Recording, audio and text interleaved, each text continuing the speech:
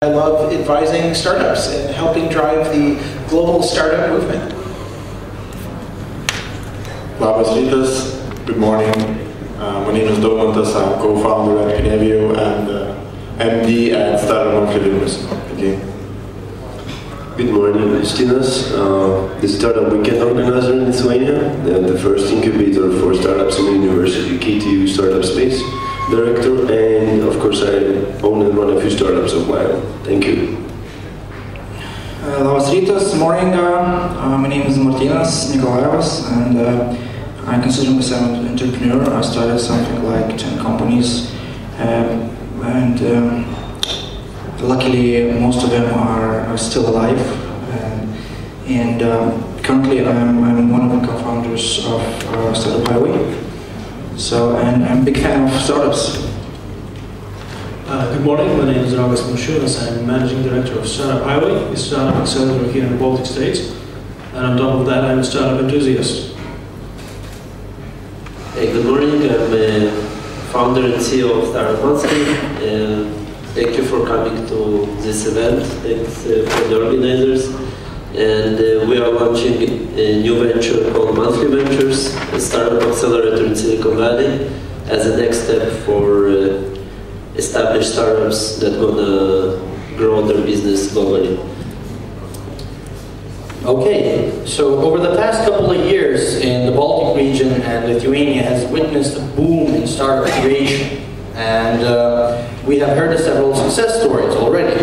So the truth is that engineering talent, business development talent is here, but there are certain parts of the ecosystem, the way we call it, that are not present, or should I say not really developed the way that it could function and create even more startup material. So today we would like to find out and compare the main parts of this ecosystem that could actually help drive the startup creation even further and foster the startup community. So I'm just going to throw in a couple ideas and you guys take over. As we've discussed before with David, Greg, Daumantas, Justinas, Rokas, Yuri, and Martinas, probably the most important parts are the innovations in the startups themselves. So whether it's a product or service or a business model, there has to be something innovative for a global market. So how can a government, a private fund, or a university actually help to drive these innovations? So, for example, what would be a governmental role you see in Lithuania in this kind of community creation? Should there be policies or public funding? What would you think, Greg and David? So, as I said in my keynote, I think that the best thing that government can do is to amplify what's already out there and to make it easier. So, classically, reducing paperwork, making it very easy to get low-interest loans that are unsecured really quickly to go and establish startup spaces would make a lot of sense. Making it fast to file incorporation paperwork, to take care of regulation and overhead, to try and make sure that companies can be started quickly and efficiently is probably one of the best things that government can do.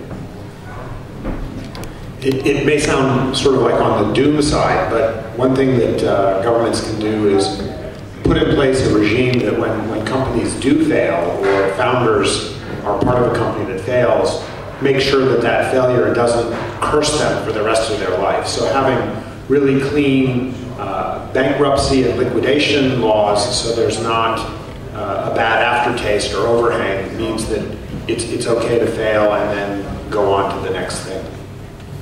Yeah, my very short comment on that, it's not amplification, it's kind of getting out of the way.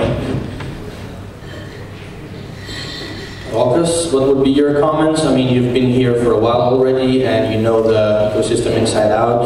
Yeah, I was about to say exactly what David said. I mean, at every point, really. So instead of just repeating that, then I'm going to take a little bit of a longer perspective and look into what I'd like the government here and the state here to do is to factor in startups and startup economies into their long-term vision.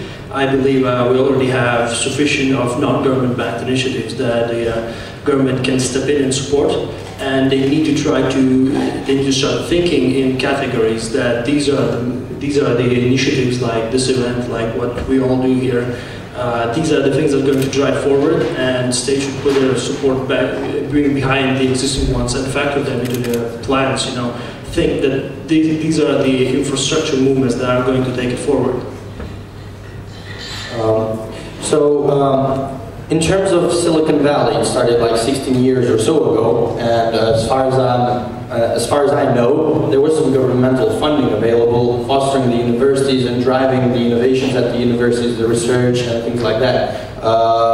What do you think the impact was at that stage, and does it have any impact at this moment? We're unaware of that government funding, so... for NASA and the universities, for the research that was going on. Well, that's in Texas. Okay. So you're unaware of any kind of governmental involvement in the Silicon Valley when it started off? You have to go way back in the Silicon Valley's history. I mean, I think if you go back, 80 years ago or so, 70, 80 years ago or so, a lot of military research grants really helped get the Bay Area off the ground and helped infuse a lot of capital out there. Federal grants to universities like Stanford and University of California and Berkeley and UCSF. Those were really helpful in driving the research climate that in turn then were able to attract high quality professors, high quality students, and those students on graduating then would go and explore new areas of industry and innovation. So I think that in that sense, the innovation was not so much even being directly financed as financing these military research projects, these defense research projects, which ended up creating a cluster effect of people working on new technologies out there. But in the IT industry, it's pretty much trickled off in the last 20 years. The place where the government is still making a lot of investments is in the health sciences, in the biotech. They're making some investments in the energy sector, but I'm pretty much unaware of any government-directed investments in R&D. There's just a ton of money already pouring in privately. There's not a shortage of funding from private sources right now for IT work in either the university or corporate sectors.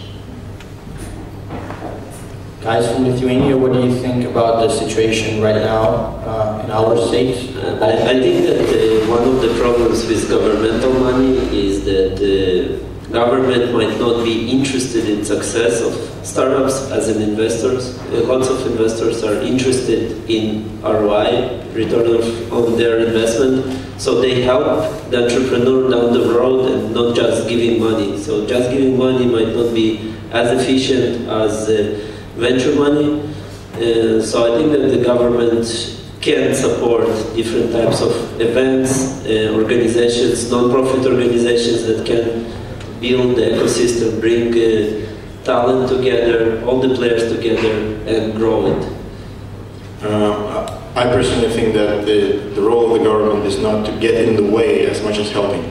So if they make the conditions right, things will follow. However, there is a very, very important part, which is the pre-acceleration part, from idea to prototype, and that area, it's a very uncertain area, and I think that government should be looking forward to actually fostering innovation in that area, because investors, they're more interested in startups that already have something. They have a product, they have a team, they have something. But how to build these teams, how to build these products, how to foster innovation, how to actually educate, that should be, in my view, a mix of governmental and public finance going together. And the good news is, and this is coming from a keynote, that this is not cost effective. It's not building heavy industries.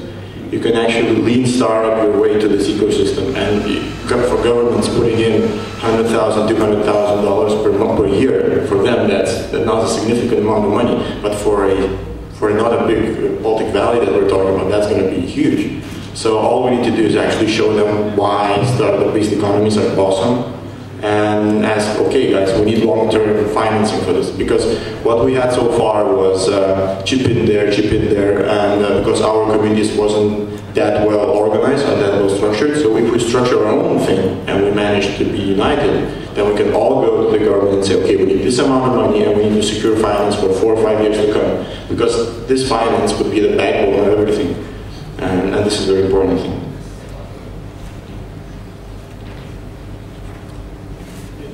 If you listen to the cry from top Silicon Valley CEOs, they're not looking for money, they're looking for relaxation of the H-1 visa requirement. So there's a huge shortage of technical talent, and not just people that can code, but the best people that can code. And what they really like is to raise that cap so they can bring people over from here, from wherever, whoever is really going to fit the bill. And that probably gets more press and play than anything else. It's just access to the best talent from outside the Silicon Valley, outside the United States. I'd like to challenge some of the points and ask our guests from states to answer the question. As we sort of picked off from innovation being a key element, right? And obviously Baltic Valley is many years behind the Silicon Valley. Hopefully we're closing the gap. Before those years, as you mentioned, government was stepping in, and there was a agency that still exists, DARPA, that used to spit out quite some interesting projects, which was obviously government backed. Do you think we need our own DARPA? I think directed awards, directed prizes are great. So DARPA has a number of outstanding challenges that they've done for self-driving vehicles, for instance, that have driven a tremendous amount of research at the university level. I think the X Prize Foundation has also done a lot to go and direct investment towards the commercialization of space. So I think strategically having an organization here that can help direct and encourage startups in a given direction by offering prizes and assistance in connecting with each other and team formation, I think it's a good idea. I mean, DARPA has sort of proved out that model. So yeah, I mean, and I think that another government organization in the US that's actually done a pretty good job in a fairly clever way is called InQtel. And so they were actually spun off of the CIA, basically, because the CIA was not getting all of the technology that it wanted. So it said, hey, it would be really cool if we had this piece of software that doesn't exist yet. Can we find somebody who has a research project that looks like it can be turned into commercial software that does this, and can we fund them? And so they get not only funding, but by the way, if you finish building this, you'll have a guaranteed customer in us. We don't own any of the IP rights. This is your company. You can go off and commercialize it however you want. And we at InQtel will own a stake. And so unlike most government programs where there's not an ROI focus, where there's not returns, InQtel is semi-privately managed. So the fund managers, if they make smart investments in companies that end up doing well, end up getting a cut of what comes out of it. And InQtel has actually done very well. So the CIA is really, really happy because they end up getting technologies developed for them faster than otherwise would happen. The companies who are getting invested in are really happy about it because they get fairly cheap investment and a guaranteed customer. And the market at large is happy because they've got these pieces of software and hardware that are serving them well. So I mean, I think those kind of directed investments for specific areas that are going to be useful to government, and exposing government as a customer is also really helpful. And it's not talked about as much as the logistical aspects of make it easy to incorporate, make the regulations clear, help encourage standards. Don't try to set standards, but find the parties who are going to be affected and bring them together and facilitate their creating a standard. Put them all in a room, lock the door, and say, you guys come up with a standard. I'm not willing to do it because I'm the government, and government's not good at coming up with standards, but you guys need to figure something out, stat. Those kind of setups work really well, but something that's not talked about is this notion of exposing government as an easy customer. Because traditionally, it's really hard to sell into government. You need to have special family connections. It's kind of opaque for startups. So the more that a government can expose itself as a consumer of startup technology, I think that's also really good for startups. One thing is, people have been talking sort of at the federal government level, but there's also the state and local government. And so one question folks that are thinking of building another Silicon Valley might ask is like, what does California and San Francisco do to make it so attractive to be there? Do they have low taxes? Do they build great infrastructure? Are they boosting spending on schools? The answer for all of those, unfortunately, is no, no, no.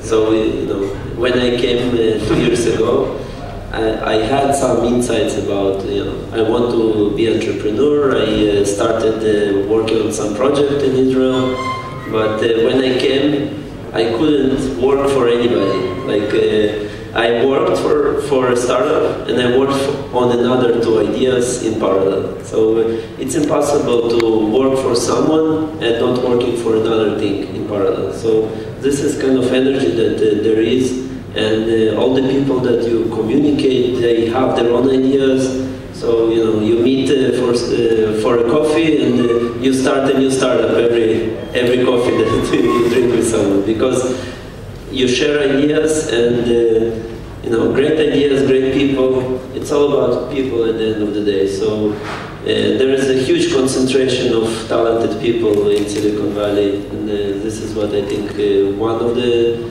catalysts. So So at the end of the day, this is the kind of question that that's the bottom line. We want to solve the problem, not a problem, just an issue of how to have this more startup material. So it's all about the education and letting them know it's right. So it should be like one of the things, based on questions here, like, is there a program in university related to entrepreneurship? Like, start with some courses, some background, maybe in schools. Maybe you should start from something related to some innovation in school, to stress the brain about innovation.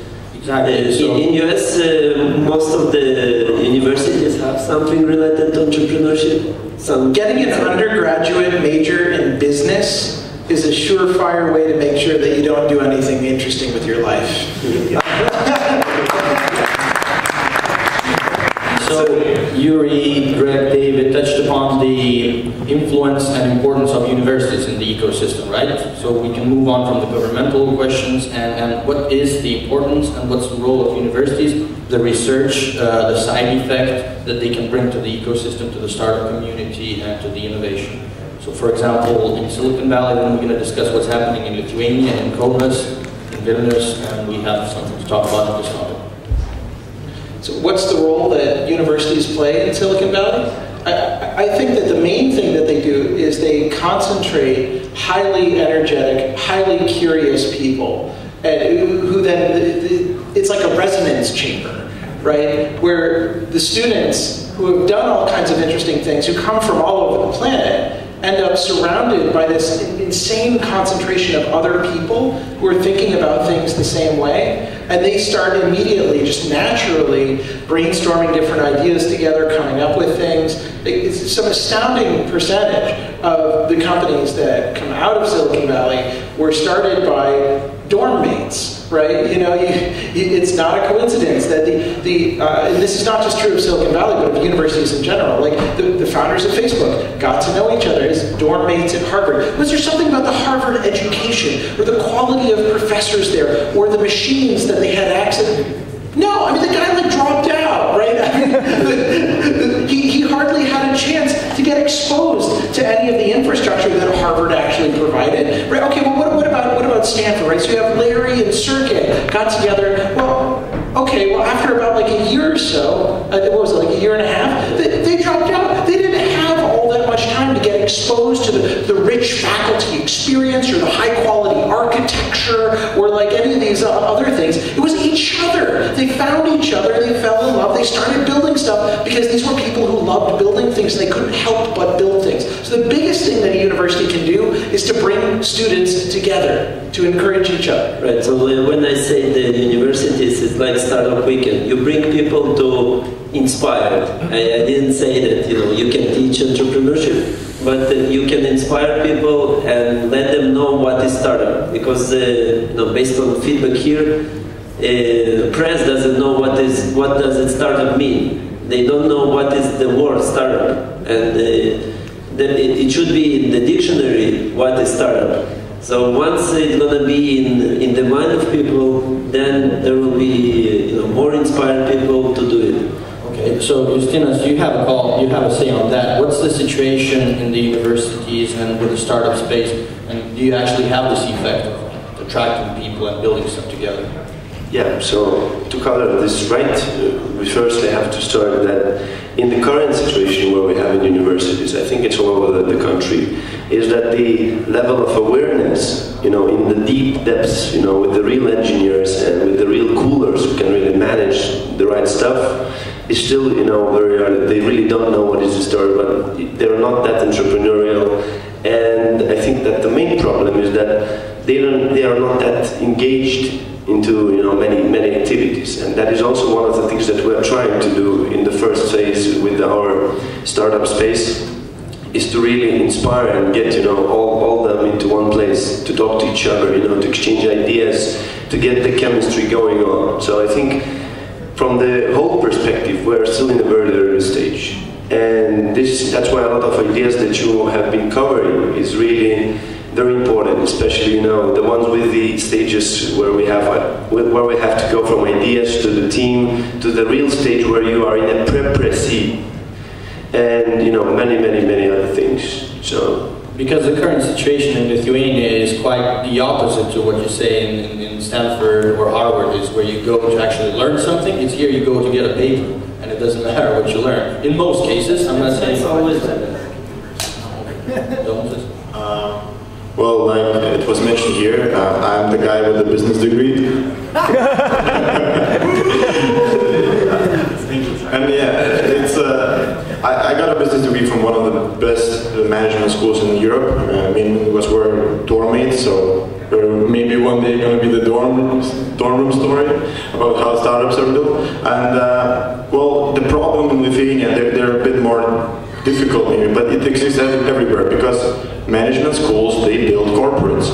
They're designed for after 3 years, then you go do your masters, and then you go and you work for KPMG with 5-year plans, and then you think that you wasted 5 years of your life. So I think that yeah. Yeah, that was my story. So and entrepreneurship, but fostering entrepreneurship should be included and is included in most of the curriculums, like entrepreneurship, and we both had entrepreneurship in our degrees, but it has nothing to do with a startup. It's more like what an entrepreneur is, and you talk about it for 4 years, rather than just go and make your own business. We were lucky enough to actually sort of go there and sort of found our first companies when we were still in university. We were making all the mistakes and whatever, but these programs that go beside and alongside universities like Startup Space, like others that we should be doing in Lithuania, and sort of educating. Everyone is doing that in Europe, everyone's trying that in Europe, and it's still a long way until we have some good facility. For example, in Aalto University, they're far away from this, so they have a huge Aalto garage. They are it's just for startups, it's lean methodology based, it's like the same thing that we are trying to build here. So these programs are essential, supplementary to universities, because changing universities, it's like changing healthcare system in the US. It takes a bit more than just, with good thinking, and but we can change it from outside, I think, and these programs are essential. I'm just curious. You spent 4 years talking about what an entrepreneur is. What did they tell you? Well, for me, they tell you that it's deep inside you, right? At the end of the day. Like healthcare reform, right? Yeah. Martinez, do you have any comments and your personal experience with the education system, or? Horrible stuff, yeah. I'm really convinced that you can't grow an entrepreneur here in a current, let's say, high education ecosystem, at least in this country or in the Baltics. But I think that initiatives like this one, right, where we are, right, everybody's in there, are making, let's say, big steps towards that, so we can have a decent community of startups. And I'm really happy to tell that, let's say, the situation has changed dramatically in the last 2 or 3 years. And You talked about the boom of startups in Lithuania, and in my imagination, it's not a boom yet. Yeah, but hopefully, then we have, let's say, 50 times more than that startups in the Baltic region. We can call it a boom, and I think let's make it happen, guys. Just a quick fact, in January, there's this angel application website called gust.com. In January, Lithuania was nowhere on the list. In February, it was number 4.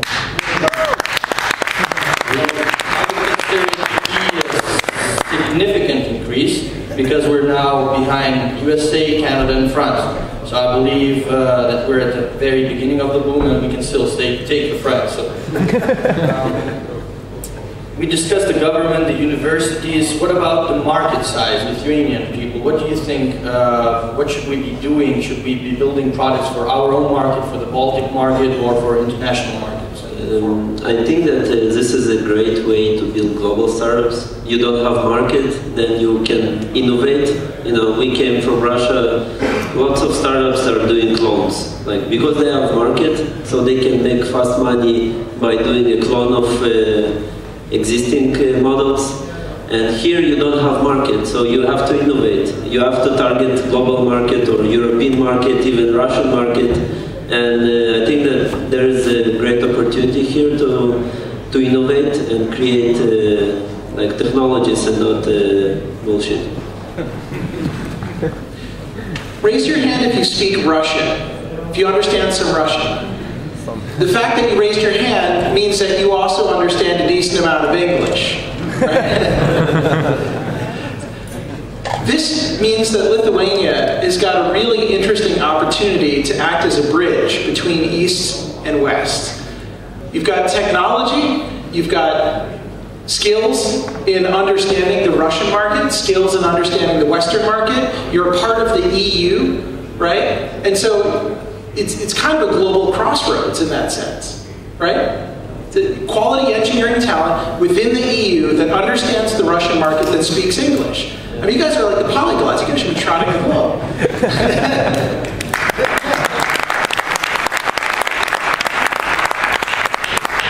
It's an insight. Well, I'm very proud of our markets. Actually, we are in the middle of Europe. We have a bark to prove it. There's a stone that says so. Right, so I'm also very proud of the Lithuanian market because it's so small, and the good thing is it's keep contracting. At 2008, we lost a quarter of our economy. That's great. You can't make a good business here. You just have to build businesses, startups for the region, for at least Europe, and have to, go out. I spend my time traveling around. I go to Germany, I go to Poland, I go to Ukraine, and they all say, hey, we're going to saturate our market or whatever. I'm going to be in Berlin for a year, or Germany in 2 years, and then maybe in 3 or 4 years' time I'm going to go abroad. That doesn't happen here. I mean, you can saturate in a day if you're doing something innovative, because there are like 2 users for it. So I'm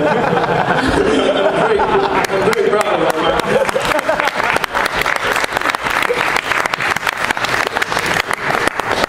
Rokas is as optimistic as always, I can submit.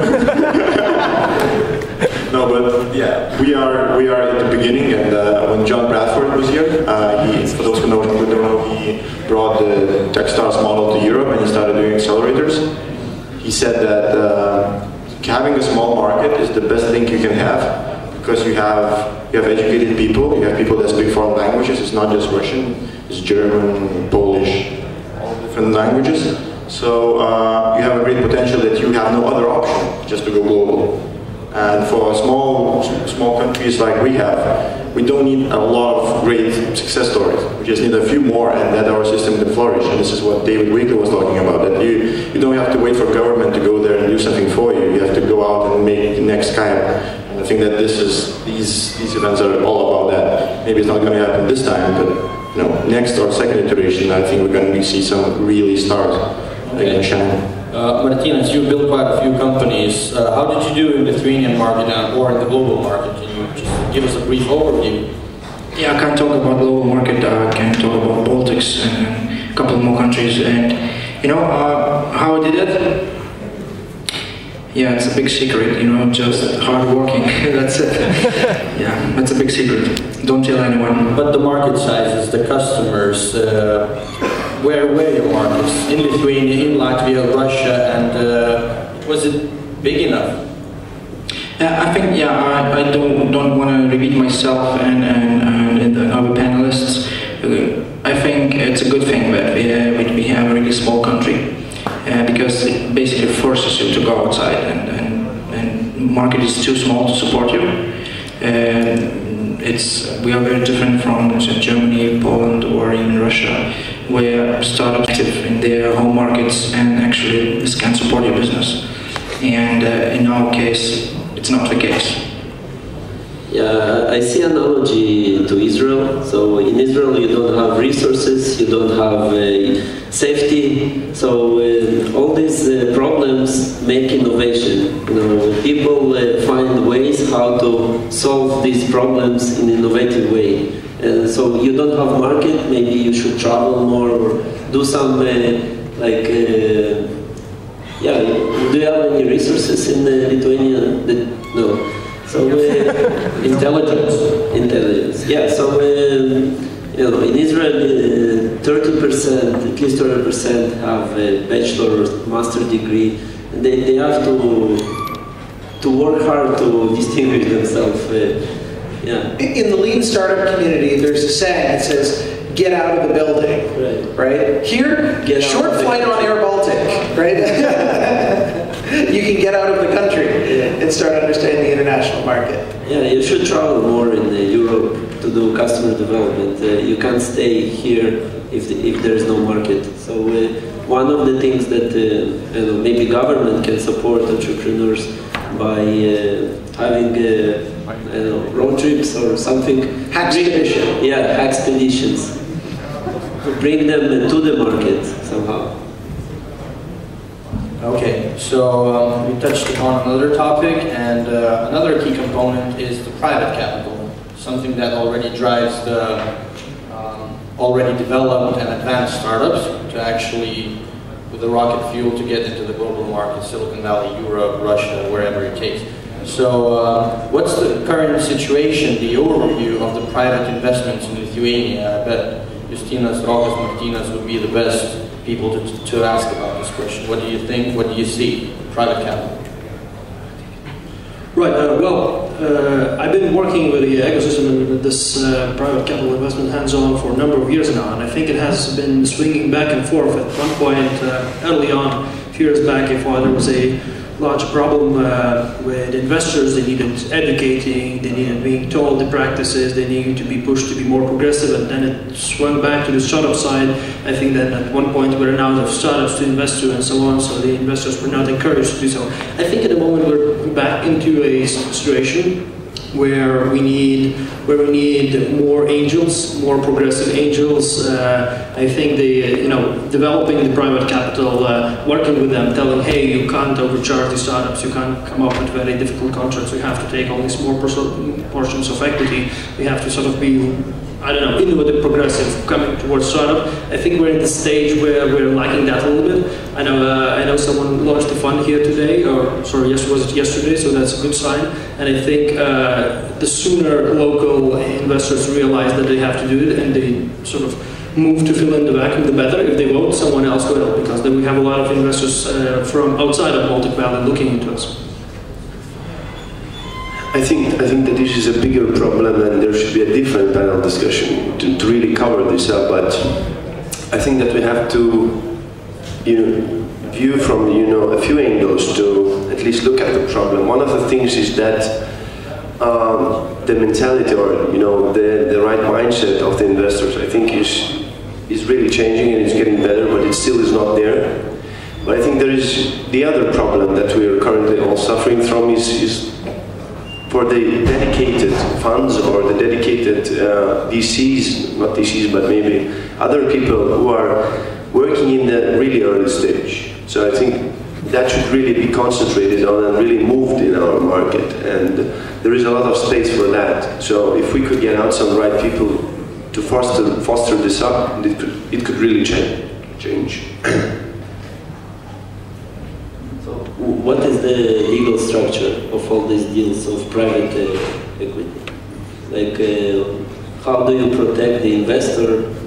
when he invests in the local startups? I think more concerning issue with the private investors in Lithuania or the Baltics is not, well, legal structure is a big question, yes, but right now I guess the more important topic and the part is the know-how, the term smart money, because we potentially have a couple of funds in Lithuania and the Baltics which could potentially provide you the money, but what about the know-how? So Martinas has a say, Domantas has a say, please.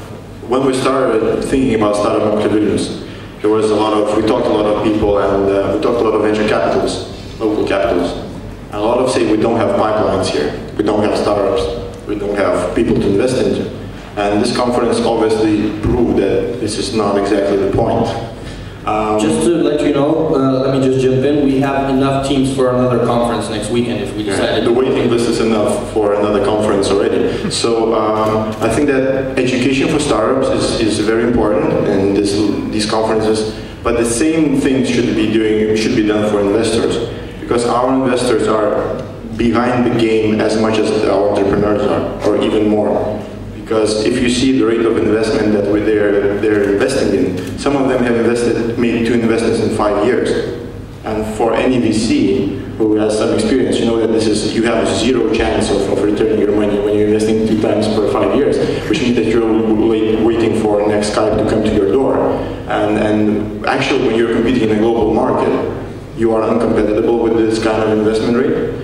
So I think that there is this rule, and like David, I think will be able to tell more about this, like 1-10 rule, right? So if you invest in 10 startups, 7 of them will fail, 2 of them will do okay, and 1 is going to be returning you 100% or 200% like Twitter, right? So you can only return that if you actually invest in 10 startups. But if you invest in 2, you can do the math, it's not going to work that easily. So you're not going to fail enough as investor. Yes, you're not going to fail enough, yeah. Martinas? Yeah, a couple of my thoughts. Despite that we have there's a couple of funds who are ready to invest some reasonable amount of money, usually these guys running these funds they don't have a clue what startup is, and I know we need some kind of translation layer between startups and themselves, or we need to some kind of upgrade their brains to get what they're talking about, and it's a big problem actually. And I think some other guys who are coming at the seed stage are acting some kind of this translation layer between startups and the bigger guys. I think that the best way to produce venture capitalists that can provide smart money, that understand startups, is to have successful startup people become venture capitalists. So basically, you guys need to go build some big companies, and then some of you need to retire and go into venture capital full time and help other people go and do it. You take a look at how does the Silicon Valley ecosystem work? Like, where do the venture capitalists come from? Some of them come from these consulting groups, like Bain, KPMG, and stuff like that. But most of these guys come from an operational environment. Like, oh, I created a company and took it public, and it was worth a couple $2 billion, and then I had a kid and decided I couldn't work that hard, so I became a venture capitalist, right? And that's actually the story behind an awful lot of VCs in Silicon Valley. It's how they can provide smart money and coach you. This is how you should build your business, because they've done it themselves. It's not that they read a book about it or went to a conference that talked about it. It's that they have the blood under their fingernails. They know how to do it. Yeah, by the way, I'm trying to retire for a couple of years now, and it's not that easy. I think also we have to take in consideration one thing, that basically this is the first generation in Lithuania who are the real startups. So for this to happen, we need at least more companies than Gedjar, or let's hope that Ilya will retire soon. He's got on director's board. He's doing that already. That's a very good point. However, we're sort of in a closed circuit, closed loop. We have to kickstart this mechanism, We won't be able to build, I'm not going to be categorical saying won't be able. There are success stories and you can get out of the system, but there should be some sort of an open hole or loophole to actually kickstart this process. I think that there are 2 ways how we can get out of this. First way is there might be some foreign capital just coming in and taking over. If our capitalists are just waiting for next Skype to come and knock on their door. The other thing is that we have guys who know what they don't know. And those guys, I think if they go and they educate themselves in the right way, if they're willing to learn that, there is something there to be learned, I think that they can also go and do that. Okay, everybody's reading the tweet. Okay, so that was my point. So I hope that the second way is going to be done very soon. Greg, do you have a word on that? You don't have to retire. You can get fired too. Sorry to be mean on venture capitalists.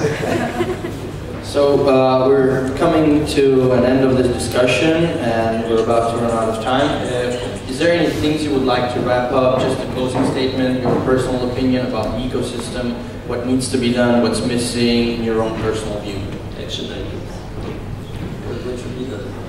So cultural change comes from momentum. Momentum comes from concentration.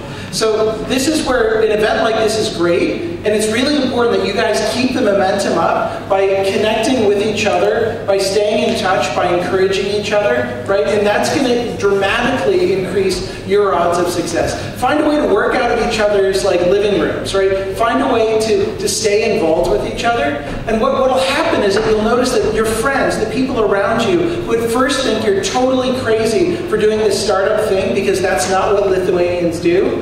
They start to get their minds changed. Hey, this is pretty cool. Hey, you're learning a lot. This is really interesting. I don't see you making a lot of money yet, but I see you undergoing this life experience, this change, right? And then maybe you start making a lot of money, and then you get even more of your friends hey, wow, that's how you actually become really rich? That's pretty cool. Hey, maybe I should look into this entrepreneurship thing, right? You can't just start it out of nowhere. You can't take a random subset of the population, throw them in a room and say, you guys should all be entrepreneurs. It's that's not how cultural change happens. Cultural change happens from taking a couple early adopters, a couple crazy people, and the folks who are here in a dark room in the middle of a nice Sunday afternoon sitting to figure out entrepreneurship are the crazy ones. You guys are the crazy Lithuanians. We're going to change the culture here. So the change of this country starts with you being passionate about what you do, helping each other, and infecting your friends.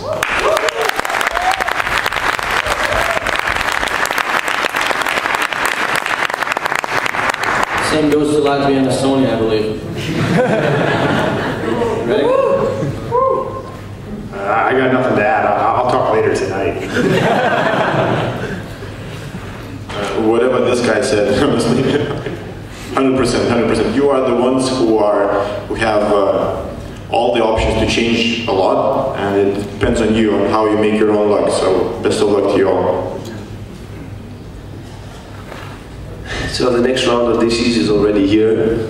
We've got some great startups, and I think we are in a wonderful situation right now. So everybody should really enjoy and try to get as much as possible from that. And good work, guys. Nice to see so much of you here. Keep it up.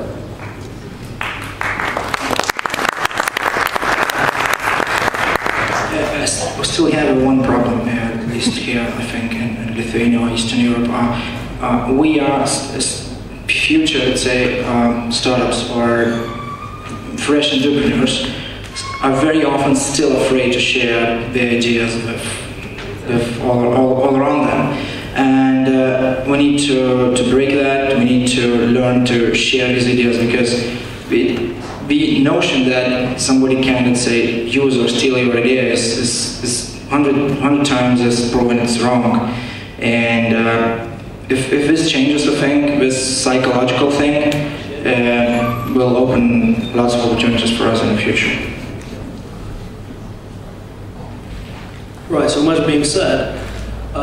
Yeah, it is Sunday afternoon. You guys are cool. You guys are awesome for being here, really. I think the ecosystem has went so far in the last 1 and 2 years, right? It has grown so much in number and quality in events and everything. I think our next sort of action item, things that we should do, and when I mean we, I'd like to challenge all of you here in the audience, investors, startups, everyone, all the stakeholders, to keep the pace and to keep growing as much as we have in the past 2 years? Let's start off.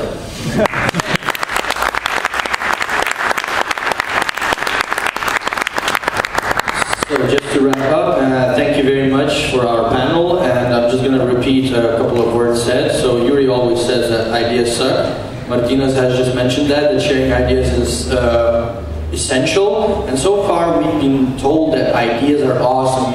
You know, you have to generate those ideas and save them for yourself. Idea is not important. Important is the one idea might be initial idea that brings you together, but you're gonna be successful with some other idea. And if you don't share, you can't collaborate, you can't talk, you can't find people that are as passionate as you and join your team. So you're gonna lose a lot by keeping these ideas, thinking that you are a genius, because it's not for startups is not for genius people. It's for people that can execute, have passion, and can take the risk.